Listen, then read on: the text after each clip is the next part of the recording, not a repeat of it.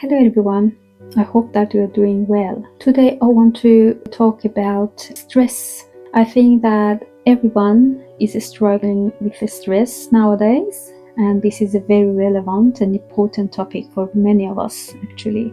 But first of all, we have to understand what stress is and why it becomes a problem. Stress is not a bad thing.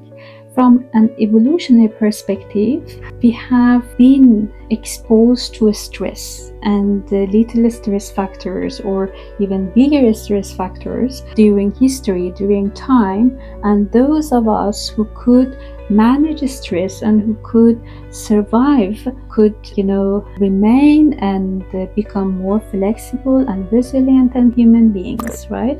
So our body, therefore, evolution has helped our bodies and nervous systems to manage stress and to survive from short-term stress, from acute stressing situations, stressful situations, by activating some survival strategies in our nervous system. You might have heard about that, about fight, flight, freeze responses. When these survival strategies get activated, then some changes at bodily and physiological levels happens in our body, within our body. For example, stress hormones, right, like cortisol, get released in our blood to help us to survive and to make the energy supplies available for all. For different organs which have the responsibility to help the organism to survive, and also to provide a new pattern of energy distribution across different organs and within our body. And all these complicated strategies help us to survive and to find a solution for that situation. So most of the time, acute stressful situations and these feelings of anxiety attached to a certain situation which is perceived as stressful will resolve automatically after a while. But the problem comes up or appear when these stress experiences will remain with us and make up a chronic experience of stress, because then we do not have these adaptive strategies to survive. Then our survival strategies, since they are adapted to respond to to emergency situations, cannot function in a well and in a constructive way. And that's a problem because it is associated. We have lots of research that documented that there is a causal relationship, association with chronic stress and different sorts of psychological conditions, symptoms, and also physical conditions and illnesses, diseases. And since immune system cells and different parts of us that have responsibility in emergency situations to help the body to contribute, increasing survival strategies to succeed in their jobs and to help body. This is a collaboration within different systems in our body. So immune system cells also are very active and has a big contribution in our survivals. And when these cells get activated in stressful situations, in short-term stress situations, they go into a battle or war status, and then in that state they will function for a while, and after that this situation is finished, then they come back to their basic or default functioning program. But at the time of chronic stress, these immune system cells, like other survival parts in our body, survival strategies, they get constantly they get activated, and they will turn on constantly on a survival mode. And that's the problem, because then the body start attacking itself and cause this survival mode that has not turned off for a while can cause problems both at physical level and psychological level, right? So depression, depressive thoughts, fatigue, burnout, and sleep problems, self-esteem problems, or feeling of not having safety or sense of control inside, all these conditions and symptoms can be associated with long-term experience of being in a stressful situations. So most of the research findings have suggested that stress experience is about a subjective experience of not having control or loss of control, right? So when the organism experiences that, it doesn't have the control that it needs, or these feelings of integrity inside itself, then it starts producing some symptoms like restlessness or feeling of being anxious all the time, or irritability, and so on. So loss of control is the key things that can define these stress feelings, and that's why most of the techniques that are developed, or skills that are developed to help people that have been struggling with this chronic stress experience for a while, is based on this feeling of loss of control, right? To help people. So this is something that is used also in psychotherapy context to help people to increase this feeling of safety, that you have control inside your body and you're connected within your body, with your body, you're anchored, you're stabilized, is something that is of great importance in helping people to get rid of these stress experiences, or at least decrease them. So body work and stabilization techniques are very important. For example, using our breath is something very fascinating, because it's a tool that the nature has given us. It's like a gift that it's always with us, and since birth we have our breath as something that we can use automatically. Sometimes we are not conscious of using that, but it's always with us, and it is automatically it's going on, and at the time of stress we can use it consciously, for example by breathing deeply and to hold breath for a few seconds and breathing out, and so on. There are a lot of techniques for breathing. These techniques can help people to get stabilized and to bring back this feeling of safety, or feeling of being in presence here and now. Because when you are in presence, the subjective experience of living is occurring, is in presence, in here and now, and that's feeling, that subjective, complicated, at the same time very simple feeling of being here and now expand this resilience, or this feeling of inner homeostasis, or a so-called equilibrium. Because our mind and nervous system, our body, is always making an attempt, like consistently, to make this internal balance between us and within us, and then we can feel this feeling of being integrated, right? So body work, stabilizations techniques, and help our clients, to help ourselves, to help in different contexts, in daily life, in psychotherapy context, and so on.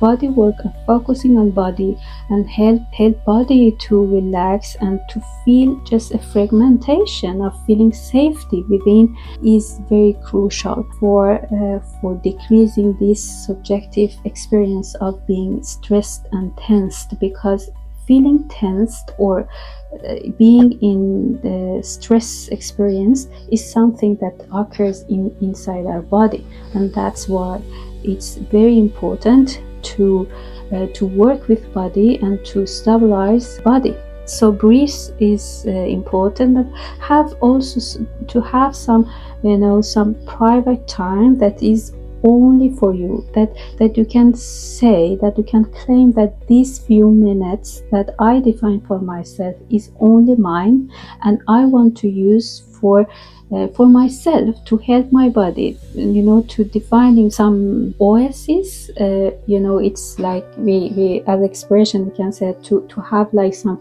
green side in like big this desert part in your life. So the rest of your life is full of stress factors and you have to relate to them, but you have something very tiny, just a few minutes, just 15 minutes a day, just for yourself. You set boundaries and you can tell to your loved ones, your family, that these 15 minutes I will be for myself.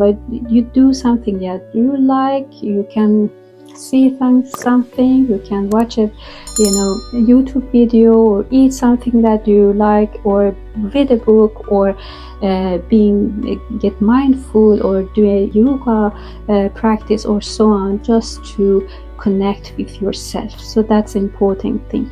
And also, to connect to nature can also be very, very useful, because we are part of nature. And I myself, I love nature, being in nature, because in addition to giving me some sense of safety and calmness, I also connect. I feel that when I'm in nature, I feel with some bigger part of universe, and some bigger existence around me is surrounding me, and I'm connected to that bigger things that has very safe and good heart and hands.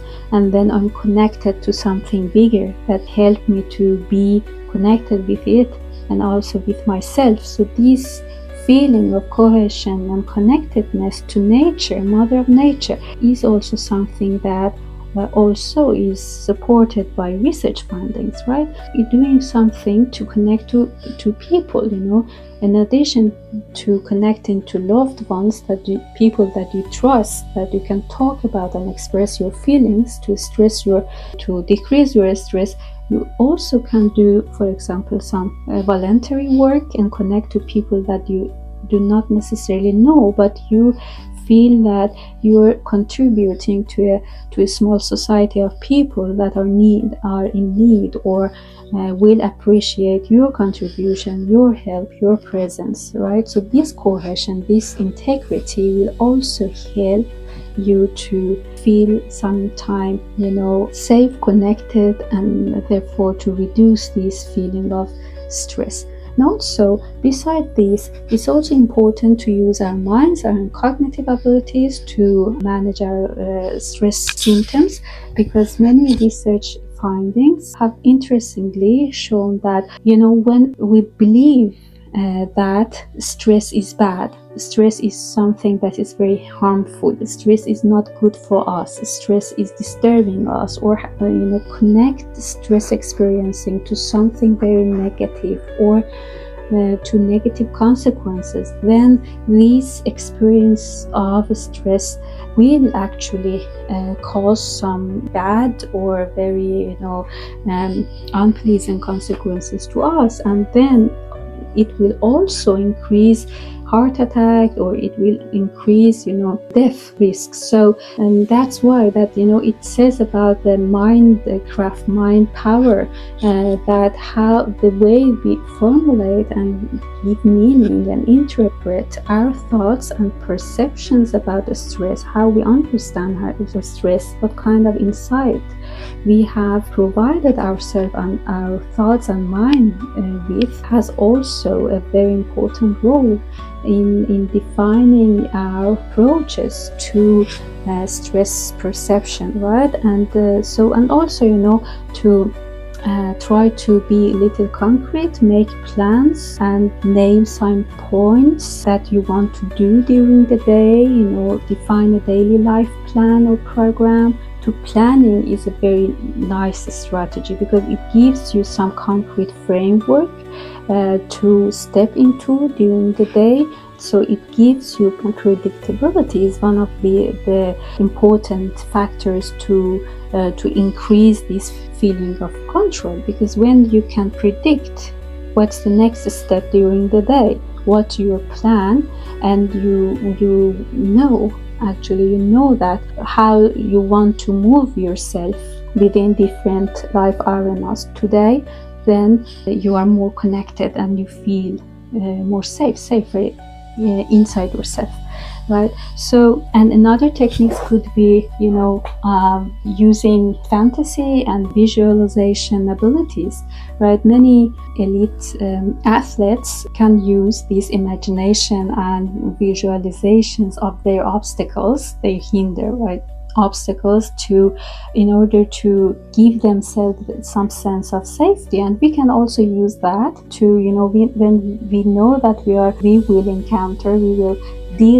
should deal with some challenging situations, then we can use some rehearsal and some mental preparations in advance to make sure that we will do our best and we are prepared mentally and maybe emotionally to meet this situation, to meet these specific situations that has caused some stress in me. So also exercise also is very important. Research says that at least 15 minutes to 20 minutes exercise, daily exercise, and it doesn't necessarily mean that you should do like heavy exercises. It just walking can help you to regulate your nervous system and be connected to your body. Also journaling, making notes, writing your thoughts, feelings give back the sense of control for you, because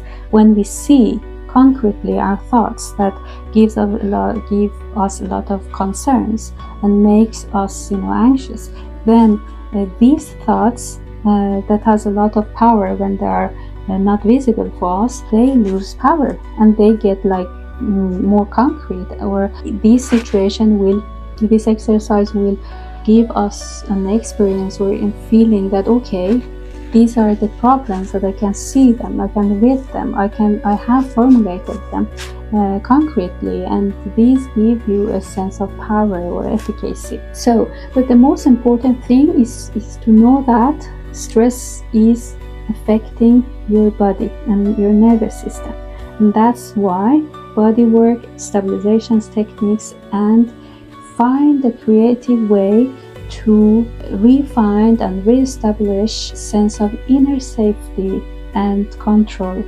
inside and ourselves, and come into accord with our body, our feelings, and mental and inner activities is the key to feel connected and to feel integrated and to be relaxed, which is opposite to experience of stress. So I hope that you have find these points interesting and useful. I look forward to talk with you again, hopefully soon. So please take care, and we'll keep in touch.